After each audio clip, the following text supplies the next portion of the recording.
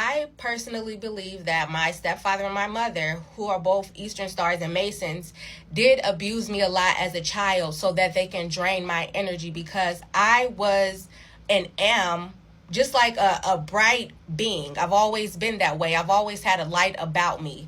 My stepdad actually said that the reason he got with my mom was because he fell in love with me as a child. Now, when I would hear that as a kid, I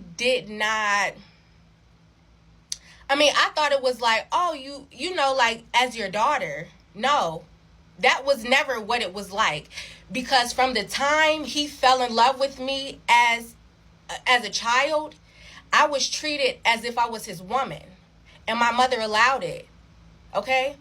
From the back rubs, I'm talking about 3 and 4, back rubs, massaging feet, preparing plates, ironing clothes, just all of those different things, picking up after him.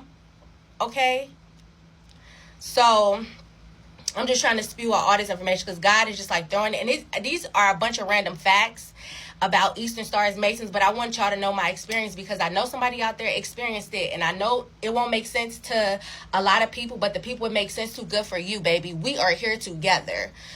When I was a kid, my mom loved for me to look homeless, raggedy, ridiculous, which is why both of my children, they always look well kept, well loved, hair stay done every 2 weeks. I don't play, and it's because I do it. I don't allow anybody in my children's head. Yes, I don't play that. Y'all already know, for one summer, I had to wear the same outfit to daycare every day. It's a video about that. Go watch it. One whole summer. Same outfit, same pair of panties. For one whole summer. I was, 9, 10 years old. These are the things that they do, though. You know, I would be thrown in the basement over the weekend with a dog. I have terrible allergies. I would get really, really sick from that. You know, he would hit me in the head so hard like this that my eye would turn. It would bruise up at the top. He was the first man to ever give me a black eye. He's a social worker, guys. A social worker. Okay?